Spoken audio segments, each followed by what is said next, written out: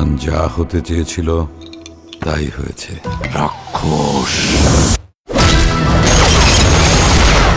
Hello everyone, আমি ভাস্কর। আজকে তুফান সিনেমাটির রিভিউ দেবো, যেখানে সাকিব খান, মিমি চক্রবর্তী, নাবিনা, চঞ্চল চৌধুরীকে আমরা অভিনয় করতে দেখতে পেয়েছি। তো প্রথমেই বলবো যে এই যে তুফান সিনেমাটি দেখে আমার কি মনে হলো, এই তুফান সিনেমাটি দেখে এটাই বুঝতে পারলাম যে একজন গ্যাংস্টারের উত্থান পাথানের কিন্তু একটা গল্প। যদি গল্পটা যদি ছোট্ট করে বলে দিই, গল্পটা হচ্ছে যে একজন গ্যাংস্টার, সে তার যে বাংলাদেশটাকে পুরো তার নিজের কন্ট্রোলে আনতে চাইছে, কিন্তু সে কি নিজের কন্ট্রোলে আনতে পারবে? সেখানকার সরকার তাকে কি পুরো নিজের কন্ট্রোলে কি আনতে দেবে? সরকারের সঙ্গে কি প্রবলেম হবে এবং চঞ্চল চৌধুরী তার ক্যারেক্টারটা কিভাবে আসছে, এইটা সব কিছু জানতে গেলে কিন্তু আপনাদেরকে এই তুফান সিনেমাটি দেখতে হবে। এর থাকতে বেশি কিছু বলতে পারবো না, তার কারণ বেশি কিছু বললে কিন্তু স্পয়লার দেওয়া হয়ে যাবে।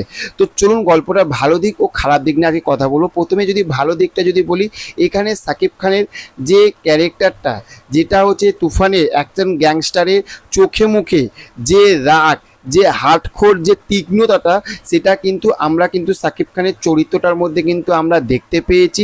একটা অসাধারণ কিন্তু একটা কিন্তু ক্যারেক্টার, একটা সে রাক্ষস কীভাবে হয়ে উঠছে, সেই যে একটা যে ভাইলেন্স, যে একটা গ্যাংস্টার, সেটা কিন্তু সাকিব খানের এই তুফানটা সিনেমাটার মধ্যে কিন্তু সাকিব খানের মধ্যে কিন্তু আমরা দেখতে পেয়েছি। এর আগে সাকিব খানের অভিনয়, আগে যে সিনেমাগুলো করেছে, সেই সিনেমাগুলোর মধ্যে কিন্তু সাকিব খানকে কিন্তু আমরা এই রকমভাবে কিন্তু আমরা কিন্তু দেখতে পাইনি। যেটা রায়ান রাফি যেভাবে সাকিব খানকে প্রেজেন্টেশন করেছে, সেইটা কিন্তু একটা কিন্তু দেখবার মতন, একটা চমকে যাওয়ার মতন কিন্তু দুর্ধর্ষ লেভেলের কিন্তু ছিল। এবার যদি চঞ্চল চৌধুরীর যদি কথা বলি, চঞ্চল চৌধুরীর যে স্ক্রিন যে প্লেটা, যে যা ওনাকে নিয়ে যতটুকু লেখা হয়েছে, এইটা দেখে সত্যি কথা বলতে আমি হতাশ হয়ে গেছি। এই বিষয়টা নিয়ে আমি আরও কথা বলবো, আর একটু আসছি। তার আগে যদি বলি যে চঞ্চল চৌধুরীর যে ক্যারেক্টারটা, ওর এখানে কিন্তু খুবই ছোট্ট ক্যারেক্টার, কিন্তু ছোট্ট ক্যারেক্টার হওয়ার মধ্যেও কিন্তু চঞ্চল চৌধুরী কিন্তু এখানে কিন্তু পুরো ব্লাস্ট করে দিয়েছে। মানে উনি যতটুকু সময় পেয়েছে অতটুকু সময় কিন্তু দুর্দান্ত পুরো ফাটিয়ে দিয়েছে। এবং চঞ্চল চৌধুরীর অভিনয় এতদিন আমরা যেরকম দেখে এসেছি, উনি কিন্তু অনেক সিনেমাতে কিন্তু উনি হাসিয়েছে, সেই কমেডিটা, সেই দর্শকের চোখে মুখে সেই হাসিটা কিন্তু চঞ্চল চৌধুরী কিন্তু ফুটাতে পেরেছে। এবং মিমি চক্রবর্তী এবং নাবিনার যদি চরিত্রটা যদি বলি যে এখানে কেমন ছিল, মিমি চক্রবর্তী ও নাবিনার চরিত্রটা কিন্তু মোটামুটি ঠিকঠাক ছিল। তবে মিমি চক্রবর্তীর চরিত্রটা আরেকটু জানতে গেলে কিন্তু আপনাদেরকে কিন্তু এই সিনেমা হল থেকে কিন্তু তুফান সিনেমাটি কিন্তু দেখতে হবে। এবার যদি খারাপ দিকটা দেখতে যদি দিয়ে আসি, খারাপ দিকে এই সিনেমার মধ্যে খারাপ কী লেগেছে প্রথমেই বলে দিচ্ছি।